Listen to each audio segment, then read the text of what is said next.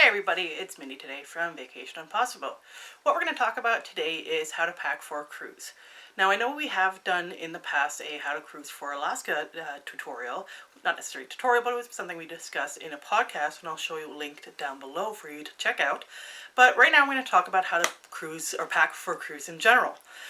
We are a team carry-on only. All of our cruises really have only been 7 to 8 days, and we do also have a laundry service, so it is a little bit easier for us to get away with only using a carry-on.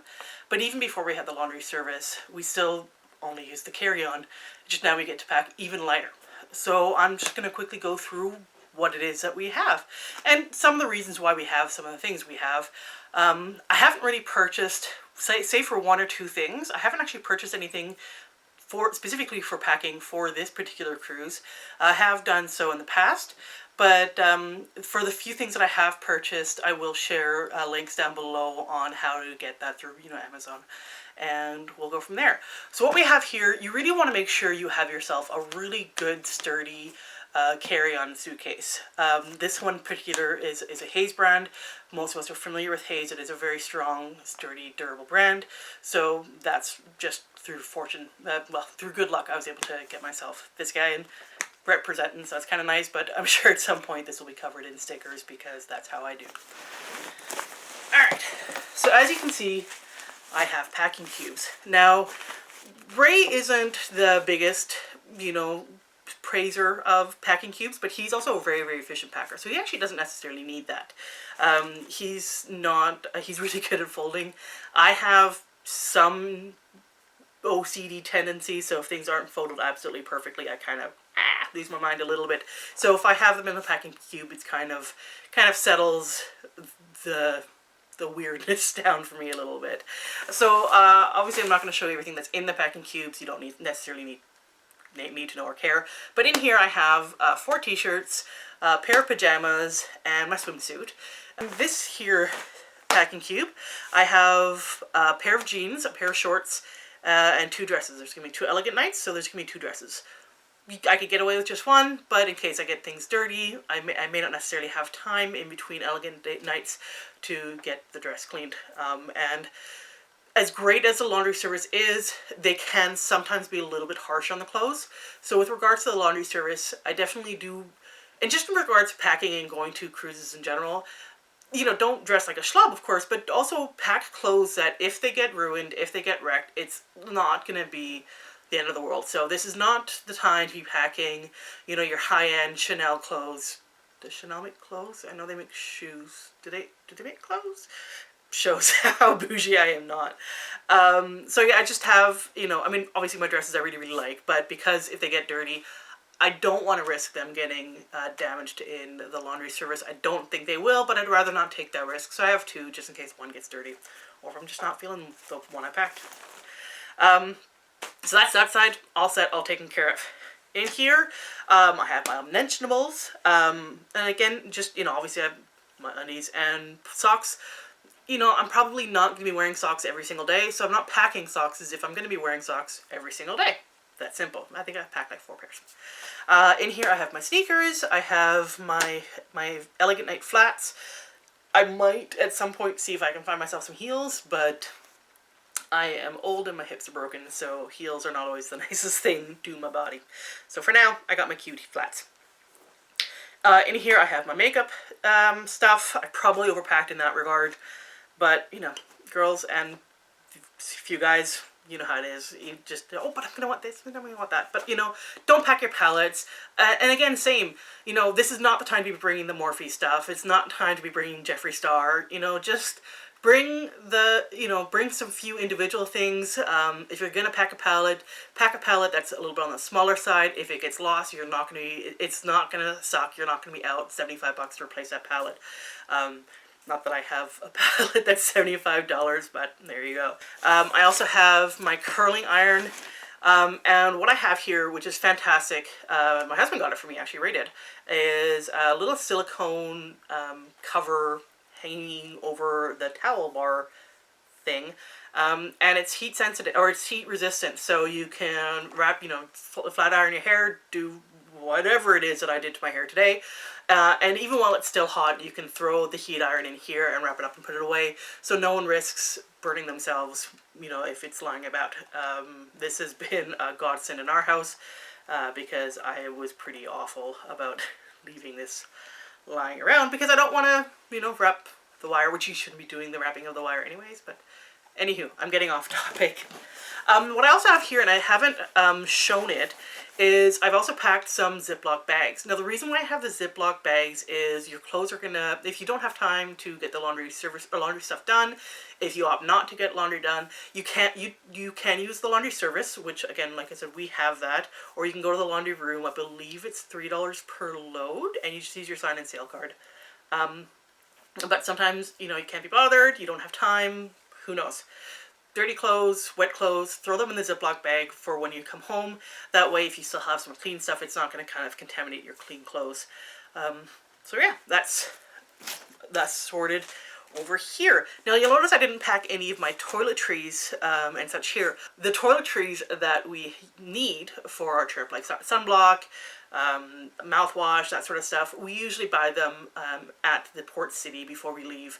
Yeah, we might wind up paying a bit of a premium, might have to go on a bit of a hunt to find them, but that way we don't have to risk them, exploding on the plane during pressurization, and it's one less thing we have to worry about. But you do run the risk of forgetting that, but I do have maybe a bit of a solution to that. Now I have my duffel bag. Now with most airlines, they will allow a carry-on and a personal item where you don't have to pay checked luggage fees. Again, because we live in Canada, we have to fly to pretty much every single one of our ports when we sail on a cruise. And so, because of the checked luggage fees, they can range anywhere from like $25 to $50 depending on the airline. We want to keep things to a minimum. So I find a duffel bag is a really kind of good way to basically game the system a little bit. So I'm just going to show you the few things that I have with me in here. Obviously I have my hat because we're going to Mexico. It's going to get sunny and I'm going to protect myself against it. Maybe black hat is not the smartest choice and certainly not the most feminine of choices, but I don't want to get heat stroke because that's happened before on a cruise. It's my first cruise and it really, really sucked. I was sick the whole cruise. Ugh, it was awful. I have diabetes, and so I pack with me my diabetes travel kit. Has all the things I need. My glucometer, my testing strips, my lancets, wipes. I don't need insulin, so I don't have to worry about that. I'm also going to be packing the 487,000 meds that I need to take with me. Also be packing things like, I'm not going to show you because you know what they look like. Tylenol, just analgesics if you're getting seasick, which I don't get, so I'm not going to pack that. But, if I get a headache, I'm going to want something to help me with that sort of stuff. Now here I'm going to show you a fun little thing that I'm sure someone showed me at some point, but as far as I'm concerned, it's an idea I came up with, but I'm pretty certain I stole this from someone. So I have with me my neoprene bottle. As you can see, it's a little worn, it's a little ratchet. I've had this for quite some time. So what I have here is just a basic neoprene water bottle. I'm a fan of tap water. The tap water on the ships are fine. It's filtered water. It's cleaner than most tap waters. I know a lot of people that cruise really, really don't like tap water. Most of the cruisers are American, so I think it might be an American thing. Most Europeans I know are pro tap water, so I know like LA is kind of notorious for having nasty tap water.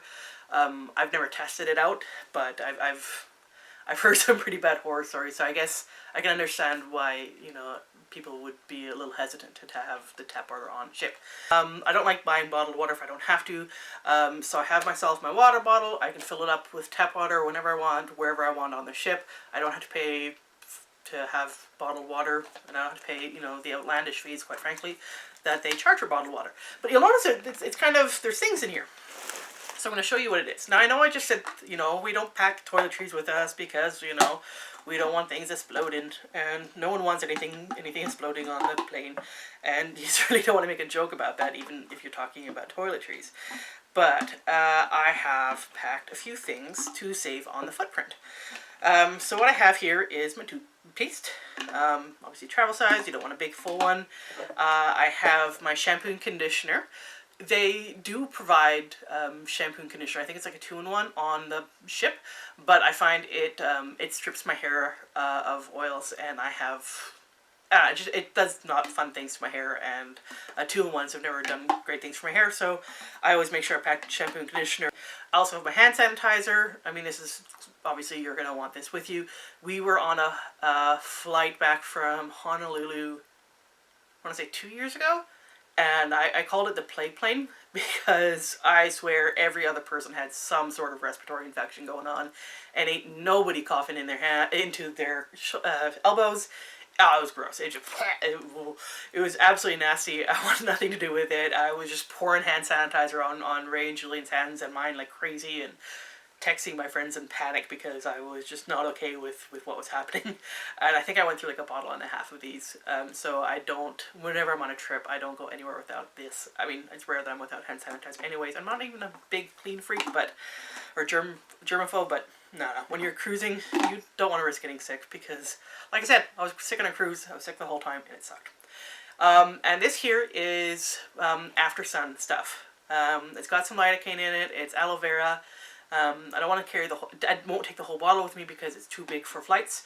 So I have it in a silicone travel bag, travel bottle thingy that compresses. So the more you use, the smaller it gets. So this actually becomes, well, smaller. So obviously that is fantastic. Shoving all of that into here. And the great thing about this here is if any one of these, for whatever reason, when the plane starts to pressurize, and one of these guys decides to go poof, it's going to go poof in here, and it's not going to go poof in here, in my my bag. So that's happened to us before. Why we don't bring sunscreen, in particular, when we go on flights, because for whatever reason, sunscreen for us likes to just explode and go all over our suitcase, and it really, really sucks. And one time, I believe it went like all over my husband's suit. So that was not great. So the sunscreen especially, we always buy port side. Now the only downside of this is if I get thirsty on the plane, or rather in the airport, and I don't want to have to pay, $8.95 for, a small soda or whatever, and I just want some tap water, I'm gonna have to take everything out. And so there is a downside. There definitely is a con to this, but so far I'm feeling this. Let me know if someone else has shared this tip with you before, or if you've already known about this tip. It just came to me in the middle of the night. I was like, hey, this is a really fantastic idea. I should make sure I mention that. But yeah, please let me know in the comments down below. Am I a total genius for coming up with this? Or are you like, yeah, I know, I've been doing this for years, bro. There's some things I like to have in my carry-on, because oftentimes, like my personal carry-on, because oftentimes with the airlines, they will sometimes ask you, 9 times out of 10, they'll say, hey, listen, the flight's a little bit full. We're not going to have much room in the overhead. Is anyone willing to check their carry-on? We almost always jump on that opportunity unless we have a connecting flight, because it's just a pain to have to kind of drag everything on the flight and then drag everything off, and then excuse me, and then it's just not fun. It's awkward. It's not fun for you. It's not fun for the person you're inevitably going to hit. So we tend to jump on that opportunity, but because of that, there are certain items that I keep on my personal carry-on, and then the other things that I can just easily replace at the next port city. I'll just put in my checked carry-on. So, my toiletries, my toothbrush, my toothpaste, a hairbrush, my diabetes stuff, obviously, that stuff I'm going to have with me always. And then, if my clothes get lost, whatever, I can buy some new clothes at the port city. Not the end of the world. I have my toothbrush, speaking of. I need to get a little cap for her. But this is actually the only thing aside from the shampoo and conditioner that I've actually bought for this trip specific. I've been turned on to electric toothbrushes by my dentist about 2 years ago, and I use like the Philips Sonicare stuff, and ever since when I go on a trip, I pack my manual brush because I don't want to risk losing my toothbrush, because it's a $100 toothbrush. I'm not going to risk losing that. And it just, it just doesn't feel great. My teeth feel grimy, and I just don't feel clean. And so I just got myself a cheap little electric toothbrush, and hopefully I'll not be so whiny about my teeth not feeling so nice and fresh and clean. But yeah, I'm gonna get a little cap for that. Obviously sunglasses, you're going to want to pack those. I have a money belt that I didn't grab for this because I'm smart. And I don't normally actually pack a money belt, but you're going to want a smaller wallet. Nothing, you know, you don't want anything too big, you don't want anything too flashy, too showy. But it's small and compact that you can easily, you know, tuck in a purse. I want to kind of make things difficult for the pickpockets. Not that it's really an issue. I haven't actually encountered that problem at all. But Ray, I know, has in Vatican City. Now, I'm not sure if he's mentioned this at all on any of the podcasts or any of his tip videos. So those of you who are super fans, I know there are a few of you out there. Hi, John, I'm looking at you. Let me know in the comments down below as to whether or not he's told that story. And if he hasn't, then obviously we're going to have to talk about that in one of the next podcasts because it was an interesting story. Last couple things here. I have some baby wipes. Sometimes your hands are going to get messy. You're not going to have a quick access to, you know, a sink or something like that to wash your hands. You know, you're going to get some, you know, have some street food or whatever, and you're going to get sticky and messy. So I tried some baby wipes just to kind of, until you can get yourself to a place to properly wash up, to kind of get the job done. And you'll see I have a little bag in here. Ooh, I forgot about this guy. This is probably one of the most important things that you're going to pack. Now, Ray did a review video on Trond travel charger. This is a other travel charger. Not sure what the brand is. I'm going to find out what it is, and I'll put a link down below. Trond is also something you can get through Amazon. And these are really great to have. Now, this particular one, it's a little bit... It's more narrow than the Trond is, but they probably have a somewhat equal, you know, packing footprint. But it's just the Trond is a little bit more cubey. This is a little bit more flat and rectangularly, rectangular, square. It has a, I don't know if you can quite see there, the prongs kind of retract in. Opposite of retract. I'm super smart. I went to school. And we have, as you can see there, we have a couple little outlet thingies, and we have the USB outlets. Now, definitely bring some sort of travel charger with you, with as many outlets as possible, or rather with as many USB ports as possible. With the newer ships, they will have USB ports on the bedsides, but especially with us, we're going to have 3 of us in the cabin, and there's probably going to be, at minimum, about 7 devices that will be charged by USB and or by power outlets. The cruise ships, I don't know about other cruise lines, but I know with Carnival specifically, they only provide 1 outlet, so things come at a premium. But with regards to the travel chargers, it's really, really, really, really important that you have with you a travel charger, even if you're bringing a power strip or whatever, that it doesn't have a surge protector on it, because it's bad for the ship. I'm not sure fully how. I might put up a little infographic as to why we can't have it, but yeah, no surge protecting. And another thing, for those of you who travel with CPAPs, if you do bring your CPAP with you, you can get distilled water on the ship. I believe it's $3 for a gallon, which is a little bit more than the $1 per gallon that you can get at Walmart. Some people kind of balk at that, but I mean, really, we're talking $3. It's really not the end of the world. You can use tap water. It is filtered water. Really, really don't recommend that, even though it is filtered water, because the distilled water is just cleaner for the machine and whatnot. And you have to bring your own extension cord. And again, make sure it has the no surge protector thingy on it, because again, it's just bad for the ship, and they simply won't let you use that. And I think that's pretty much it. You'll notice that, yeah, I do have this little bag in here that I haven't really touched on, and it's... I guess I will touch on this one a little bit. This particular cruise, because it is a inaugural cruise, the Facebook group for it is very, very active, and they have organized a door decoration contest. And there's a couple different categories for what you wanted to decorate, or how you wanted to decorate. Yeah, I think it was like nautical themed, or carnival themed, or Mexico themed or holiday themed, because we're going around the holidays. I went with the holiday theme, and so this is just a few things that I picked up at the dollar store. If you're going to decorate your doors, make sure, or the cabin, make sure that you don't use tape, or the tape that like leaves behind adhesive stuff on it. So I have like the 3M command strips, so that won't leave it behind a residue, and so I can kind of stick things however I want to. I have 3M command hooks too, so that's just a thing to kind of keep in mind. If you have any question with regards to packing that you have, and decorating, and basically any question that you have with regards to what you can and can't pack in Carnival, what are the rules, why are the rules in place, this, that, and the other thing. The Carnival fact website, fact site is really, really in depth, and it covers almost everything that you can possibly think of. And on the very, very, very slim chance that they can't, there are a lot of fantastic Carnival groups out there that will answer whatever question it is you have. Now, keep in mind, because it's not Carnival themselves, it's answering the question, do take that advice with a bit of a grain of salt. Usually the really good people who are providing the advice will say, hey, here's the link to the fact where it'll tell you whether or not you can do this.